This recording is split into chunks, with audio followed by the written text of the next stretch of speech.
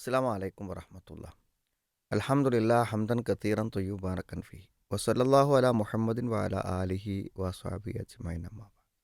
ഒരു സുഹൃത്ത് വിളിച്ചിട്ട് പറഞ്ഞു, ഒരു മിനിറ്റ് ഒരു കാര്യം ചോദിക്കാൻ വേണ്ടിയിട്ടാണ്. അപ്പം അദ്ദേഹം ചോദിച്ച ചോദ്യം, എൻ്റെ ഭാര്യ എപ്പോഴും എന്നോട് പറയുന്നു, നിങ്ങളെ എനിക്ക് കിട്ടുന്നില്ല, നിങ്ങളെനിക്ക് സമയം തരുന്നില്ല, നിങ്ങളെനിക്ക് സമയം തരുന്നില്ല എന്ന് നിരന്തരമായി എന്നോട് കംപ്ലൈൻറ്റ് പറയും. ഞാൻ കുറേ കാലം പ്രവാസിയായിരുന്നു, ശേഷം നാട്ടിലെത്തി. ഇപ്പോൾ ഞാൻ നാട്ടിൽ തന്നെയാണ് ഉള്ളത്. അപ്പോൾ എന്താണ് ഈ സമയം കൊടുക്കുക എന്ന് പറഞ്ഞാൽ, എത്ര സമയമാണ് നമ്മൾ കൊടുക്കേണ്ടത്? അതിനെന്തെങ്കിലും വല്ല കണക്കോ വല്ല സമയപരിധിയോ ഒക്കെ ഉണ്ടോ എന്നാണ് അദ്ദേഹത്തിന് അറിയേണ്ട സംശയം. സത്യത്തിൽ ഈ സമയം തരുന്നില്ല എന്ന് പറയുന്നതിൻ്റെ മറ്റൊരു ഭാഷ, നിങ്ങളെ എനിക്ക് കിട്ടുന്നില്ല എന്നാണ് അതിൻ്റെ അർത്ഥം. നിങ്ങളെനിക്ക് കിട്ടുന്നില്ല എന്ന് പറഞ്ഞാൽ, ഞാൻ വിചാരിക്കുന്ന സന്ദർഭത്തിൽ ഞാൻ വിചാരിക്കുന്ന പോലെ ഒരു ഭർത്താവെന്ന നിലക്ക് നിങ്ങളെ എനിക്ക് ഉപയോഗപ്പെടുന്നില്ല, പ്രയോജനപ്പെടുന്നില്ല, എനിക്ക് ലഭ്യമാകുന്നില്ല എന്നാണ് ആ പറഞ്ഞതിൻ്റെ ചുരുക്കം. ഇതെന്തുകൊണ്ടാണ് സംഭവിക്കുന്നതെന്ന് ചോദിച്ചാൽ, വളരെ താല്പര്യപ്പെട്ട് നമ്മളോട് എന്തെങ്കിലും ആവശ്യങ്ങൾ പറയുമ്പോൾ നമ്മൾക്കത് നിവർത്തിച്ചു കൊടുക്കാൻ നമ്മൾ തയ്യാറാവാതിരിക്കുകയും അതിനെന്തെങ്കിലും എക്സ്ക്യൂസുകൾ, കാരണങ്ങൾ പറഞ്ഞ് ഒഴിവാവുകയും ചെയ്യുക എന്നുള്ളത് നിരന്തരമാകുമ്പോഴാണ് സത്യത്തിൽ ഇത്തരത്തിലൊരു ആക്ഷേപം ഭാര്യമാരിൽ നിന്നും ഉണ്ടാവേണ്ടത്. നമ്മുടെ കുടുംബത്തിലൊന്ന് പോകാമെന്ന് പറയുമ്പോൾ ഇനിയിപ്പോൾ എപ്പോഴാണ് അത് പോകാനൊരു നേരമുള്ളത്, അല്ലെങ്കിൽ നമുക്കൊന്ന് പുറത്ത് പോകാമെന്ന് പറയുമ്പോൾ അതിപ്പോൾ ഇപ്പോൾ എപ്പോഴാണ് പോകുക, അപ്പോൾ എനിക്ക് പിന്നെ മീറ്റിംഗ് ഉണ്ട്, അല്ലെങ്കിൽ എനിക്ക് ഇന്ന സ്ഥലത്ത് പോകാനുണ്ട്. നമ്മൾ എന്ത് കാര്യങ്ങൾ പറയുമ്പോഴും ആ കാര്യങ്ങളൊന്നും ചെയ്തു കൊടുക്കാതിരിക്കുമ്പോൾ നമ്മൾക്ക് ആവശ്യമുള്ള ഒരാളെ നമുക്ക് ആവശ്യത്തിന് ലഭിക്കുന്നില്ല എന്നതാണ് അതിൻ്റെ അടിസ്ഥാനപരമായ കാര്യം. അപ്പോൾ നമുക്ക് നമ്മളോടെല്ലാം പറയാനുള്ള, നമ്മൾ കൂടെ ഉണ്ടെങ്കിൽ മാത്രം പുറത്തു പോകാൻ പറ്റുന്ന, ഒന്ന് യാത്ര ചെയ്യണമെങ്കിൽ നമ്മൾ വേണം, അതിൻ്റെ എക്സ്പെൻസ് വഹിക്കണമെങ്കിൽ നമ്മൾ വേണം, എന്തിനും നമ്മളാണ് ഒരാശ്രയം ഭാര്യയെ സംബന്ധിച്ചിടത്തോളം. അപ്പോൾ ആ സംഗതികളൊന്നും നടക്കാതെ വരുമ്പോഴാണ് സത്യത്തിൽ ഇങ്ങനെ ഒരു ആക്ഷേപമുണ്ടാകുന്നത്. അപ്പോൾ അതിന് നാം ചെയ്യേണ്ട കാര്യം എന്ന് പറഞ്ഞാൽ, ഭാര്യ എന്ത് കാര്യങ്ങൾ പറയുകയാണെങ്കിലും, ഇപ്പോൾ ഒന്ന് സിനിമയ്ക്ക് പോകണമെന്നോ അല്ലെങ്കിൽ അങ്ങനെ എന്തെങ്കിലും നമുക്ക് ചെയ്യാൻ താല്പര്യമില്ലാത്ത, നമുക്ക് മതപരമായോ മറ്റോ പറ്റാത്തൊരു കാര്യത്തിനല്ല പറയുന്നത്. അവരുടെ ജീവിത ആവശ്യങ്ങളുമായി ബന്ധപ്പെട്ട എന്തെങ്കിലും വീട്ടിലേക്കുള്ള സാധനങ്ങൾ വാങ്ങാനോ, ഒരു കുടുംബ സന്ദർശനത്തിനോ, അല്ലെങ്കിൽ അവർക്കൊരു മാനസിക സന്തോഷത്തിന് വേണ്ടി ഒന്ന് പുറത്ത് യാത്ര ചെയ്യാനോ ഒക്കെയാണ് പറയുന്നതെങ്കിൽ, ഇത്തരം ന്യായമായ കാര്യങ്ങളെ നമ്മൾ വളരെ ഗൗരവപരമായും അനുഭാവപൂർവവും നമ്മൾ പരിഗണിക്കണം.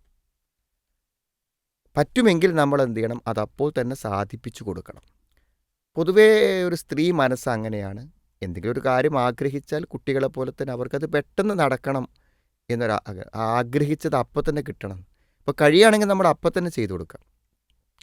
ഇനി അതല്ല സാധിക്കില്ലെന്നുണ്ടെങ്കിൽ എന്ത് ചെയ്യണം, അത് നടക്കും എന്ന ഒരു പ്രതീക്ഷയോടുകൂടെ ഒരു സമയം, ഏറ്റവും അടുത്ത സമയത്ത് നമുക്കത് സാധിപ്പിച്ചു കൊടുക്കാൻ കഴിയുന്ന ഒരു സ്ഥിതിവിശേഷം ഉണ്ടാക്കണം.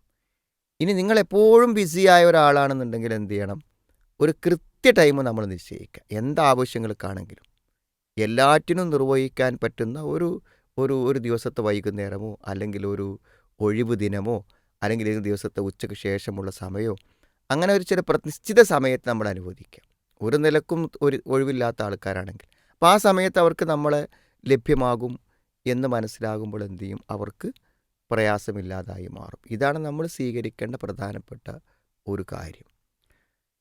പിന്നെ ഈ പരാതിക്ക് പിന്നിലുള്ള മറ്റൊരു കാര്യം ഒരു കൺസിഡറേഷനാണ്, പരിഗണനയാണ്. അതായത് മറ്റുള്ളതിനെല്ലാം നമ്മൾ സമയം കാണുകയും മറ്റുള്ളവർക്കൊക്കെ നമ്മൾ സമയം കൊടുക്കുകയൊക്കെ ചെയ്യുമ്പോൾ നമ്മളെന്ത് ചെയ്യാണ്, നമ്മൾ താല്പര്യമെടുത്ത് ഒരു ആഗ്രഹത്തോടു കൂടെ അവരെ കൂടെ കൂട്ടാനും അവരുടെ കാര്യങ്ങൾ നിർവഹിച്ചു കൊടുക്കാനും വേണ്ടി നമ്മൾ അവരോടൊപ്പം ഉണ്ടാവുക എന്നുള്ളതാണ് ഇതുകൊണ്ട് ഉദ്ദേശിക്കുന്ന മറ്റൊരു കാര്യം. ഇതേ പരാതികൾ പുരുഷന്മാർക്ക് സ്ത്രീകളെക്കുറിച്ചും ഉണ്ടാവും.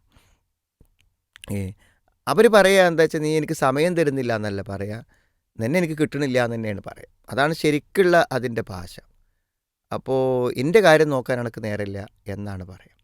അപ്പോൾ ഇത് പലപ്പോഴും സംഭവിക്കുന്നത് എന്തുകൊണ്ടാണെന്ന് വിചാരിച്ചാൽ, പൊതുവേ എന്ന് പറഞ്ഞാൽ ഭർത്താക്കന്മാരെല്ലാ കാര്യത്തിനും ഒരു ഭർത്താക്കന്മാരെ സംബന്ധിച്ചിടത്തോളം എല്ലാ കാര്യത്തിനും ഭാര്യമാരെ ആശ്രയിക്കേണ്ട ഒരു അവസ്ഥ ഉണ്ട്. അത് ഇപ്പോൾ സ്ത്രീകൾക്ക് ഭർത്താവ് മരണപ്പെട്ടു പോയാൽ അവർക്ക് ഭർത്താവിൻ്റെ അസാന്നിധ്യം ജീവിതത്തിൻ്റെ എല്ലാ കാര്യങ്ങളിലും അവരെ ബാധിക്കും.